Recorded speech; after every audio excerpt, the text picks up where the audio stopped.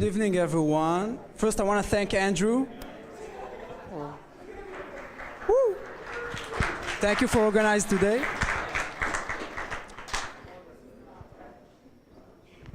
Personally, I'm very excited to hear these guys and how their companies is going to change the world. I'll present myself briefly. My name is Ziv Lautman. I'm the co-founder and CMO of BreezoMeter. BreezoMeter was invented to make air quality visible. The company today provides real-time accurate data about air quality at the street level together with some health insights. We provide this data to weather, real estate, fitness, mobile, and web platforms. So we have today Eugenia, I'll stand, it's more convenient. We have Eugenia Birman, the corporate counsel of App Annie, Erol Toker, the founder and CEO of Truly Wireless, and Josh Ong, the US Director of Communications of Cheetah Mobile. So I'll let you guys present yourself. You have a 2-minute speech, so good luck. Great. Good evening. So I head up communications in the US for Cheetah Mobile, which is, some of you may not have heard of, but it's actually one of the biggest app developers out there in the world right now. Our flagship app is CleanMaster, which is an Android-only utility app meant for just helping improve your phone and make sure it's running smoothly. Our goal is just make things, faster, simpler, and easier for you on your phone. Great. Hi, I'm Eugenia Birman. I'm the corporate counsel at App Annie out in San Francisco. I was in New York doing corporate law up until about 2.5 months ago, and then took the job and moved out there. So it's a steep learning curve, but I'm quickly learning a lot about the mobile economy. App Annie is a company that specializes in data aggregation and data analysis and kind of gives you all the information you need to properly function and properly capitalize and monetize as your mobile app developer.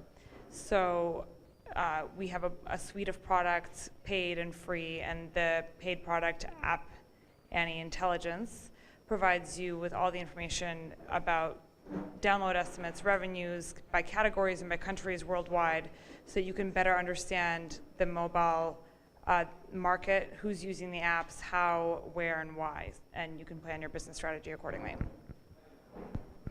Hey guys, I'm Erol. I started my career at a company called Invite Media based in New York. It was acquired by Google a few years ago. And since then, I've moved on to found Truly Wireless. We are a company based in San Francisco and New York. And essentially, we are the world's first all-wireless cellular business phone system. So I'm going to put my money where my mouth is, see if this works. Who here in the crowd uses their cell phone for work? Okay, higher. Please. Okay, cool. So that's about half of you. So this is obviously a really, really big change. 6 years ago, that wouldn't have been the case. There's a big shift in both mobile technologies and more specifically in wireless technologies. And essentially, voice is going more and more mobile because essentially it's one of the only applications that's dependent on the network, and the networks are just more sophisticated. So anything that you can imagine that you do on a via Cisco phone system, we make that possible on your cell phone. So that's the high level.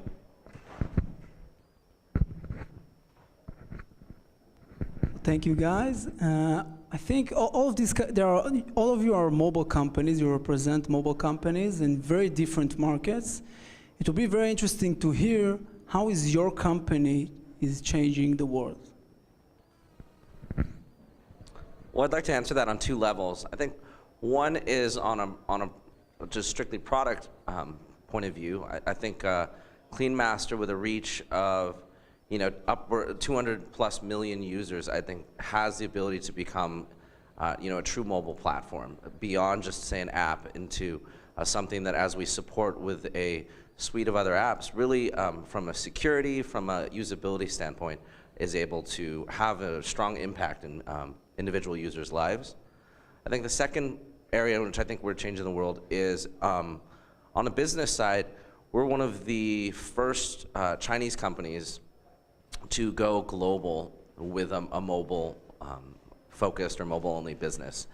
And I think that speaks to just really the opportunities that have opened up, not just for Chinese companies, but around the world for app developers to leverage mobility in a way that just levels the playing field and makes it possible to become, a great company and a really worldwide one.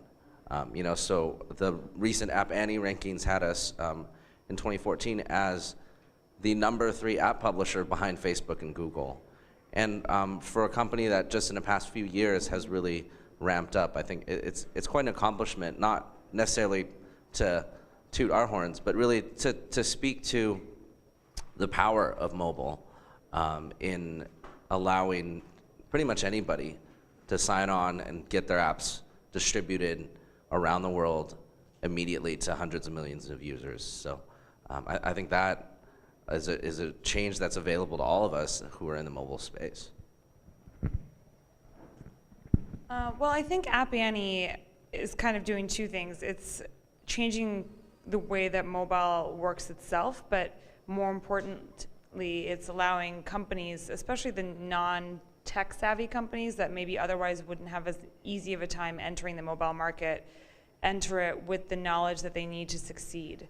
So it's the most comprehensive data set that's out there right now about, we're now coming out with audience and usage, which allows you to kind of understand your user base and their level of engagement, on top of the already existing store information, which provides a really comprehensive and accurate, in our opinion, set of information about download estimates and really what's happening and where.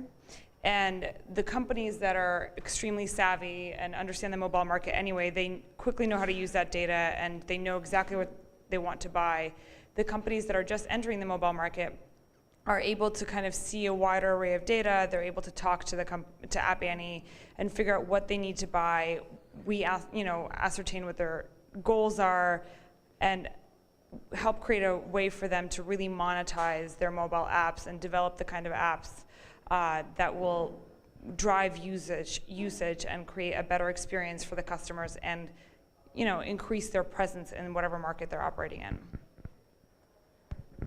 So we're a B2B company. I think that was one of the things the panel before us was talking about, the distinction between B2B and B2C. In a lot of ways, I think of B2B companies, the goal isn't for us to change the world. The world is changing every day around business. The first step is, how do we help businesses adapt with the world? So essentially, about half the people in this organization used to be all tied into one system inside the company, and so it was really easy to control, track, integrate all those business processes. And what we're seeing now is the floor plans, instead of offices are changing, so they're louder, they're noisier. Voice over IP services don't work well because they're not built for voice the same way other things are. So people are starting to move outside the system, whether companies like it or not. The question is, how in this new world do businesses adapt and bring what used to work into the sort of new world? And ultimately, so the way that I see it is, for us, we're only in the first stage of our business, or in the first step. Sorry, the chair keeps turning. But we're only in the first step of what we think about as our mission is kind of opening up the mobile platform to integrate into the rest of the business. Our vision, which I think is more interesting, the world isn't quite ready for, but we're going to get there, is kind of thinking about real-time communication, how that changes with mobile, right? So essentially, there used to be a time when people picked up the phone because their context was never changing. They were generally in the same place. There weren't last-minute meetings. There weren't last-minute trips. There wasn't just all this insanity that we have in this generation. And so the nature of real-time communication has changed. So I'll give you a very simple example that we always talk about. What if your phone, when it rang, like we're always talking about caller ID. Oh, I wish I knew who it was, right? What if I knew what it was about? My emails all have subject lines. Like, what if somebody could actually say, I'm calling you about this, and then I can make a decision. So I think there's a lot of opportunity. I think our platform unlocks a lot of, thank you. Oh my God. Can you just stand there? Thank you. But yeah, ultimately, I think I'm just gonna, you guys mind if I stand? Jesus. But yeah, so ultimately I think that's our perspective. The world is changing and our first job is to make sure that businesses can change with it. So yeah, the world is changing, and Josh, you just mentioned China, and the VC panel just emphasized the big opportunity that mobile has in China. My company, all investors want to take us into China because we're dealing with air quality, and I'm really interested to hear, because you have experience both, I believe, in China and in the US. What is the difference between China and the US? What US companies need to learn before they're gonna penetrate the Chinese market? And what are the opportunities maybe you see in the Chinese market for mobile? Well, one thing we've been talking over as a team at Cheetah is really the importance of having local people to really pave the way in a market. You know, so here in the U.S., I think we're really looking for people who, rather than just transplanting some of our Beijing colleagues, you know, trying to find the people here that understand the market. And I think if you're a mobile company and you're ready to really go after the Chinese market, I think it's important that you find local partners and really begin to understand the differences, because at some point there's just such a division because of the nature of how the internet is now structured between the two countries. There's just a complete difference in the services that are available, in the use cases, and so I think that's kind of where I would start, is find someone who knows the market well enough and can work with you enough to be able to you know, push you forward where it might not be as obvious if you were just trying to come in and kind of parachute in. I mean, that being said, I know I just talked about how mobile is this global opportunity, so it's not that you necessarily need, you know, physical offices in every market that you're going after, because Google Play and the App Store and you know, other distribution methods enable you know, that kind of spread without having to tackle it on the ground. But I would say for between China and the US, there is an importance to have an ambassador that can really bridge that gap. Do you have any customers in China? We do have customers in China. We also have offices in China. Actually, a very large office in Beijing. So having that local presence really does help. Again, I know this more from a legal perspective, so I'm not as familiar with necessarily the business needs. But from what I've seen, certainly both legally and from a business sense and from a developer sense, it really does help, because it's a unique market. They have unique laws, unique concerns that come into play when you're developing there, when you're contracting with those customers, when you're developing for that user base. It really does help to have someone kind of on the ground, or at least someone who's very familiar and has done a lot of the same kind of work in China before. So that's kind of what we found. I mean, for us, it's very it's a very complex story, because we're in telecom, and ultimately, what I just said requires a lot of infrastructure level stuff. It requires the economics to be right. It requires that the market's in the right place. So we've gotten over 100 people trying to sign up from all around the world right now, because I think the world is going mobile and wireless at the same rate as anywhere else. But sadly, for us, it's a little harder. We can't just push to the App Store. But luckily, we're in the biggest market. So, and you all in the front line of the mobile world. What are the big trends you see nowadays in mobile? Where mobile will go, where mobile is going?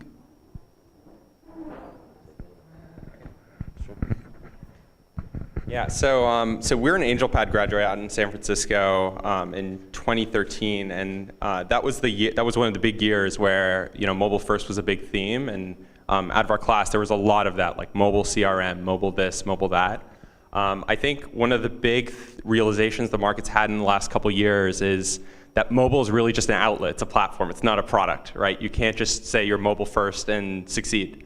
Ultimately, it's a question of, like, there's a reason why so many consumer companies succeed on mobile. It's because we now fill up our free time on the subway and the bus, on the street, like in line to McDonald's. Like, that's where we consume content and play games and do all this stuff, right? And that's basically what the cell phone is really, really great for.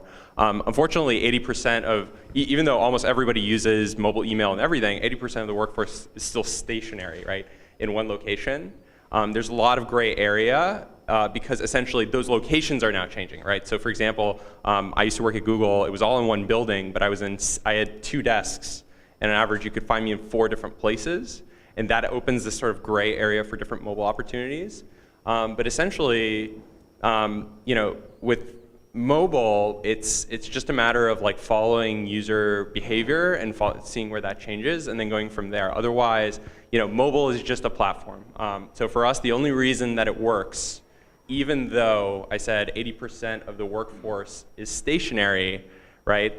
It's just that those people are using their cell phones even though they're stationary, because that is the best thing that they have, and that's what they're comfortable with. And when things are noisy, they just want to be able to move around the office. So ultimately, I think it's just a matter of like, mobile first doesn't mean anything. It's not like if you have a mobile CRM, that's better than a static CRM. It's just a question of you have to unlock 2 things. First is access. Mobile solves access. So I just need to access the data. Second is I need to transform the data. And so if you don't do both of those, if the use case is not doing both of those primarily on mobile, it's kind of pointless, I think. Well, one of the things I can direct you to is the App Annie 2014 retrospective, which was referenced earlier today, and we certainly we can it goes into detail about a lot of the trends that were discussed here earlier, which is the messaging apps and how they are expanding far beyond just messaging and kind of getting a much wider user base and creating a different user experience than what initially they went into the market for. The sharing economy. The fact that Japan, South Korea, and the U.S., had more revenue this past year from mobile than all the other countries combined. But at the same time, the BRIC countries are due to have a huge surge in mobile revenue in 2015. So those are the kind of trends that you hear about a lot. I'm sure you're all aware of.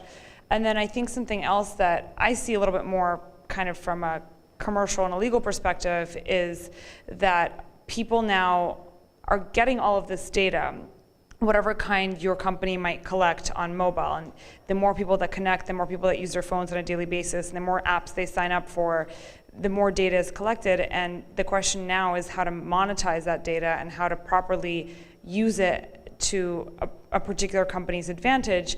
And at the same time, balancing that with the heightened kind of awareness of people now about privacy and security concerns, both from an enterprise perspective about hacking and those kinds of things, but also people who don't know whether they're sharing data that they're sharing, or people are concerned about terms of use and things like that. So it's a balance that's very tricky to strike, I think, and I think that'll continue to be a challenge in the coming years. I'd say a trend that we're seeing, which we saw first in emerging markets, is the dominance of the mobile device overtake your PC as your primary computing device. And I think a lot of you probably already spend more time on your phone than your computer some days, maybe not if you're at a desk. But I think the reason we saw it in emerging markets was because for a lot of people, the mobile device is their only computing device. And so they start from a position where mobile, the PC, they just skipped the PC era, in places like India or China and other places. And so what they're coming into is just that's the device that they're going to do everything with, And I think I find myself, sitting at a PC using my phone, I don't know if you ever do that. You're co-working or something, and you pull out your phone to use a messaging app to connect with a coworker instead of some kind of other traditional desktop client. And I think that really just shows the flip that mobility is going to make, where when we think about mobile first, maybe not that it necessarily means something as much as we realize that this is the device that people go to because it's the one that they have with them always. And the batteries are better, the screens are bigger, and now it can just do so much more. And that's where you need to meet people at first. And then the PC becomes kind of a specialized use for when you're doing kind of long form typing or reports and things like that. Thank you. Mobile is becoming crowded. It's becoming very crowded. All of you have many competitors. I did my background check on your companies. You have competitors, and are really interesting to know how do you compete the other companies? What is your challenges? How do you solve them? If you can share with us some of your challenges, some of your competitive advantage, how do you tackle it?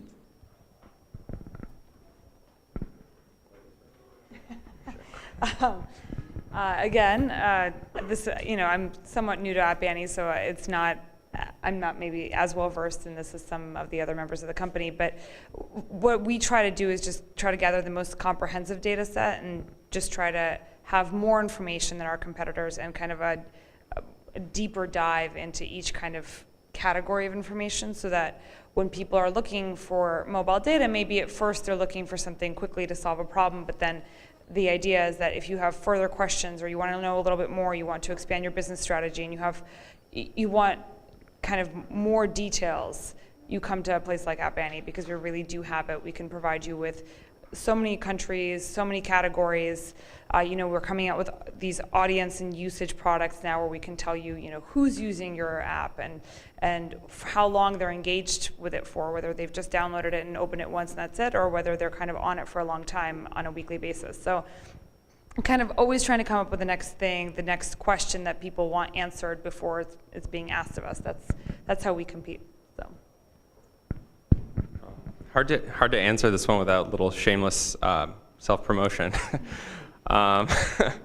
But I think as a company, voice is just a horrible space. It's incredibly crowded, incredibly commoditized, and the way that the industry evolved with voice over IP, if you actually look at the company structures, it's actually pretty terrible. The support burden for these companies is so high because voice over IP was always such an unstable platform because multitude of factors, not even the company's faults, but that's just what it's been.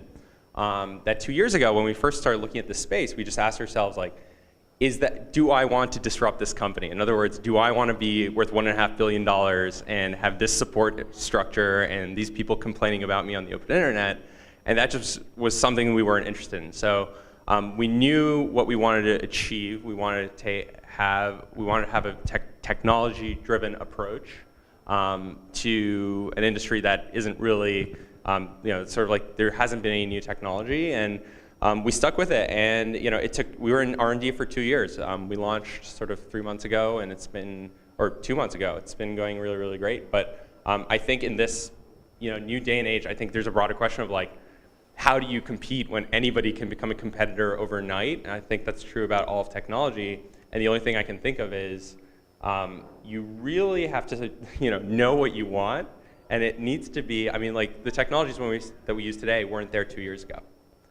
So it's been a bumpy journey. But eventually we got to the finish line. I don't know if that answers the question, but I think it's just do something different and hope it works. When we first started building Clean Master 4 years ago, one of the approaches we took was the decision to focus on junk cleaning and that particular pain point in Android was because our CEO, Fusheng, looked at the App Store and he looked at the different categories, and he decided that the utility or tools section was one that was really up for grabs. Something like chat or social, some of the other areas where already had some big players that were going to really be tough to go up against. Looking at the utility section, it was smaller startups or kind of individual one-off like flashlight apps or things like that. A lot of paid apps, and so we took a free-to-use approach and really just tried to solve one particular problem really well and become the best at that. So I think now, I think that gave us a lead where we had something that we could do and got the momentum where other people were trying to catch up.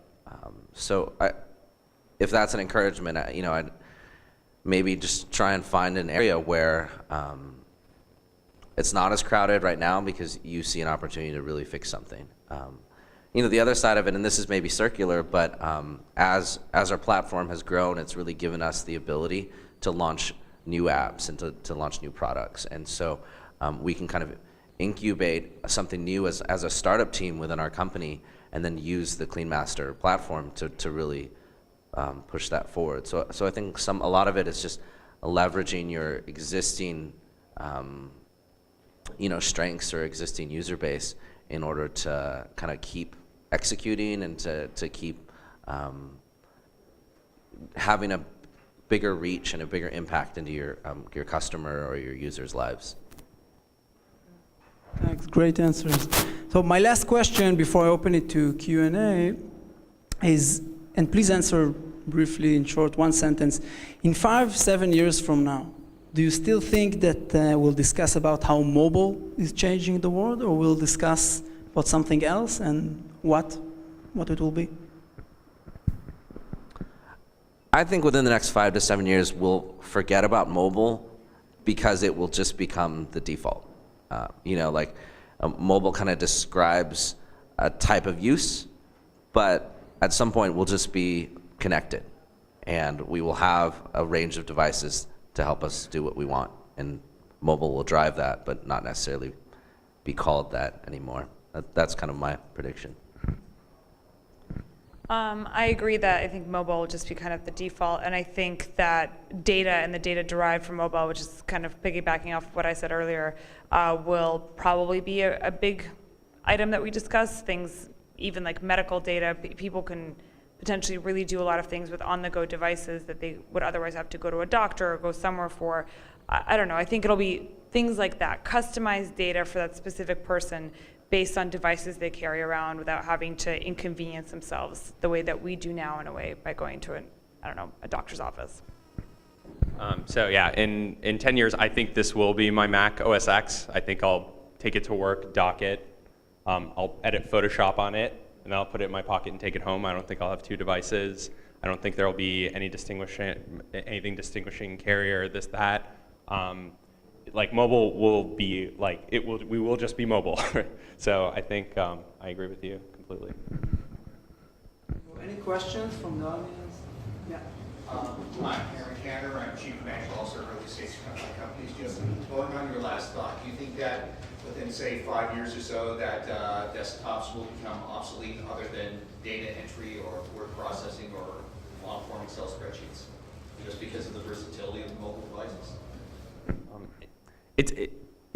It's hard to say. I think people are going to use. I think we're getting to the point where I think there's something interesting about the modern workforce where so much of the way work and personal is blending. I think one of the interesting things about people using cell phones for work is people are essentially saying, right, it used to be the case where people would say, I'm not going to use my own thing for work, this is my number, right? And now people are just doing whatever makes sense to get the job done. And I think we're moving into that mentality where, if you didn't provide a laptop or a desktop in the workplace, people will probably go and buy one, set it down, and use that. I'm not sure if it answers the question, but I think to say that we're going to do everything on an iPad is unrealistic. I don't see myself doing Photoshop editing on an iPhone or programming or anything remotely related to programming. So. The other panelists, please also suggest your views. I guess I agree. I think desktop will still exist.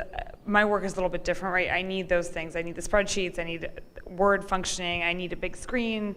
So I don't know what it would be like for people who do other things for a living other than law.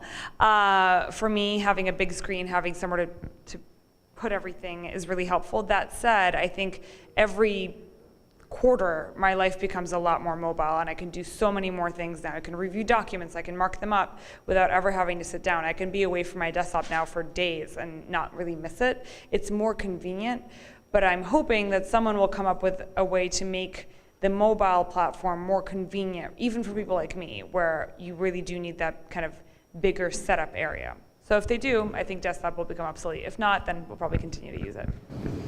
Maybe any other questions? Hi, Nancy Fondick. What would you guys say for a startup is most important from a tech co-founder or CTO in this day when if you're mobile first, but you're going to want iOS, Android, and web eventually? Is it more important to get like an iOS guy that really knows his stuff that's going to build it from scratch, or a generalist in technology that can help you in whichever platform, or what's a good starting point?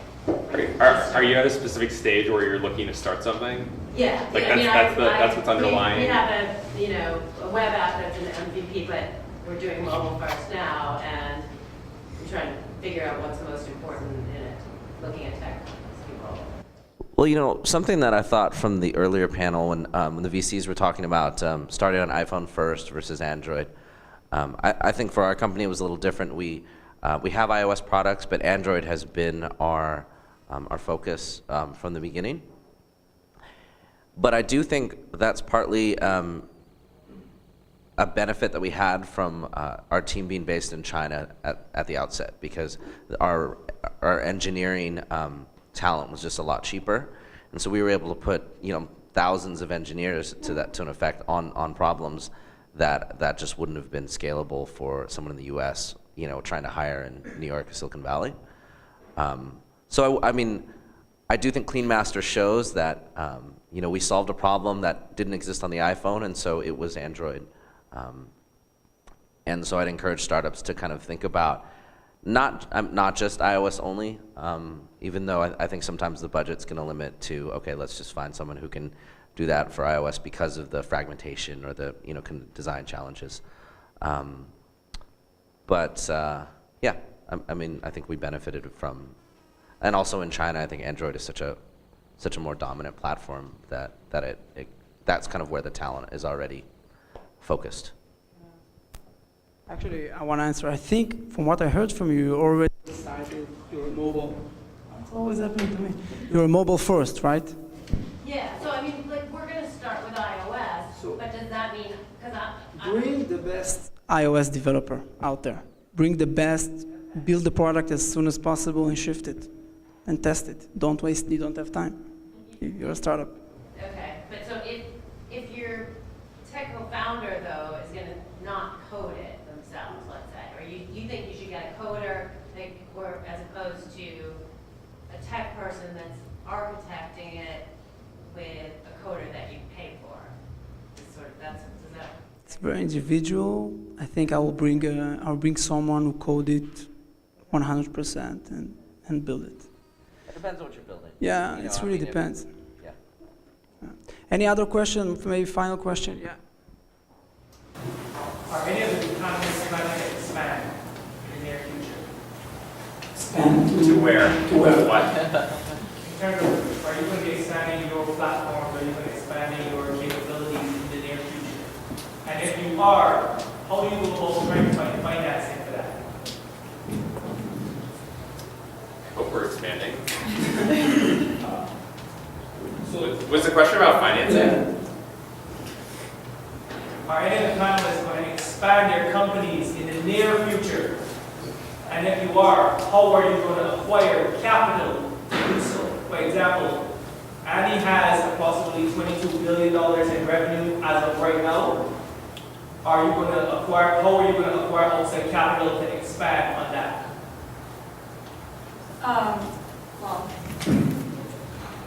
We are planning, obviously, to continue to expand. We've had a huge year of growth just this last year, and we're certainly hoping to continue that effort, both expanding in the services that we provide and the types of products in the kind of engagement of different types of developers in different markets, and then also kind of expanding our own company, hopefully globally. In terms of financing, we just finished this Series D round, so that was very successful. We were very happy with that. So we're, relying on that in part. And if and when we were to need more, I'm sure that we would kind of hope that investors would continue to be favorable toward us. Maybe other question? Yeah, that's it. Okay, so I have to say that I'm pretty convinced that mobile is changing the world. So thank you very much, guys. Thank you.